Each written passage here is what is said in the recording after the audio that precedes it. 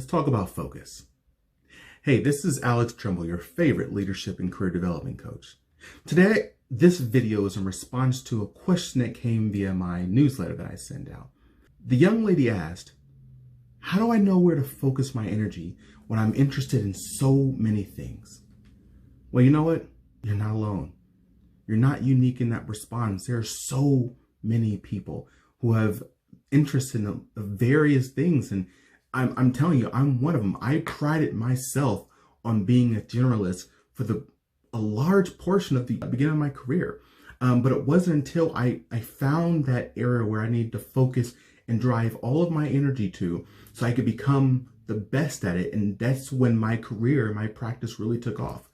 So today's video is specifically going to answer that question. I'm going to do an exercise near the end of this video that I'm promising if you do this exercise, you will have a much better idea of where you should focus your energy and your time towards so that you can reach the goals in your career and in your life that you want to reach. But first, let's go on and get this stuff out the way. You know what I'm going to say. Go on, click that like button, click the subscribe button, and if you haven't already, click the notification button. We do this all the time. I know you know what to do, so I'm going to stop harping on it. Okay, first things first. Click the like button. Okay, now after that, I'll stop harping on it. Quick story. My really good friend was going to have knee surgery a couple weeks ago. And so he asked me to take him to the hospital so he can have the procedure done and pick him up and take him home. And like any good friend, I told him I would do it as long as he would pay me for it. So I gave him my checking account information. He sent the check that way. Joking. If you're watching this, I'm joking. Or am I? Well, anyways, as we drove to the hospital that morning at I think 5 o'clock in the morning, he was listening to E.T. Some of you may know of him. He's an extremely famous motivational speaker. I think his real name is Eric Thomas. In this particular video he was watching, I needed to hear at that moment, right? And so I'm going to share a segment of what he was talking about. He told me that someone came up to him and asked him, hey, what are you reading? What books are you reading right now? And he replied to that guy, what does it matter? And I'm sure that guy was kind of maybe taken aback, like, hey, I'm asking you for help, and why are you being like this? But he went on to explain, he said, what does it matter what I'm reading? I'm a motivational speaker. Unless you want to be a motivational speaker as well, it doesn't matter what I'm reading. You need to be reading things that are important to you so you can get you to the top of your game. And I was like, yep. I know this. And this is where I'm at. This is where I'm at right now. You know, I'm always trying to do my best to engage. But I think I just need to hear that, right? And then he goes on to say, you know, hey, if I'm reading 9 hours every week, if I'm focused 9 hours towards becoming the best possible motivational speaker I can be, 9 hours every single week, I'm going to improve, right? But what happens if I'm compared to someone who has varying interests? You know, let's say that they're interested in 3 different areas. And so they split their 9 hours into 3 different areas. So 3, so 3 hours. That means if one of those buckets were motivational speaking, Eric Thomas is going to dedicate 9 hours every week. The other person is going to engage 3 hours. At that rate, they'll never catch up to Eric Thomas. I want you to be that Eric Thomas. I want you to be the best you can be, which means that you need to be focused on the area that you want to be an expert in. I'll go really quickly. I experienced the same thing in talking to one of my clients. You know, we were working together for 2 months, and we were focused on helping him become an expert in his field, which he wanted to be a negotiator.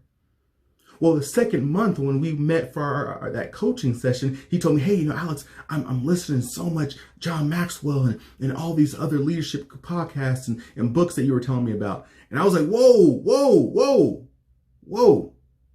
That's not for you. Yes, you can listen to it every once in a while, but you're not focused on being a leadership expert. Because he started to ask me, he said, hey, you know, Alex, I like the content, it's good, I'm not sure if I'm growing where I need to be growing. I'm saying, exactly. You don't need to be focused on all that leadership. That's what I do. I breathe, eat everything leadership and career strategy. And so I need to consume that as much as I can on a daily basis so I can get better and be at the top of my game so I can help you. That's not where your focus needs to be. And he was like, oh, wow, didn't think about that. And he shifted his reading towards everything being focused on things that tie to negotiations. And he became an expert at it. And that's what I want to do for you. And so today, I realized that, that's only half of the story, right? You now understand just how important it is to be an expert in your particular field, right? Because we all know that no one gets excited about average, but everyone gets excited about extraordinary. And I want you to be extraordinary. I know you want to be extraordinary. So what do you do? What do you do when you are interested in so many things? Well, I'm going to have you do this exercise right now. I want you to do this right now with me, okay? Seriously, get some pencil, get some paper, or at least think about it in your head as I'm saying this, okay? So I want you to think about everything you're interested in. Make a list of, if there's 10 things, write down a list of 10 things that you think you're interested in, that again, you're just not sure what you should focus your energy on. So, just make that list. Go on, take a second. And please feel free to push the pause button and then, write it down. Now, once you write it down, I want you to reorganize it from the thing that you're most interested in to the thing that you're least interested in. Now, again, I know that everything on this list are things that you're interested in, but you have to, I want you to prioritize. I want, okay, this is the most important, second most important, third most important. Make that list. And again, feel free to push pause so you can do this, because you really need to think about this, okay? Okay. Now, I want you to do something really important. Now that you have this list, you have it ordered, okay? I want you to circle everything from number 4 down. Circle everything, you have them in order, 1, 2, 3, 4. Now I want you to circle everything from number 4 down. So just circle it, okay? Okay, good. Now you have it circled, right? You have it circled, okay. Now I want you to make an X through it. Those things you are no longer allowed to invest any of your time or energy on. No longer. Those things are out the window, okay? Now you have a list of 3 things left. 1, 2, and 3.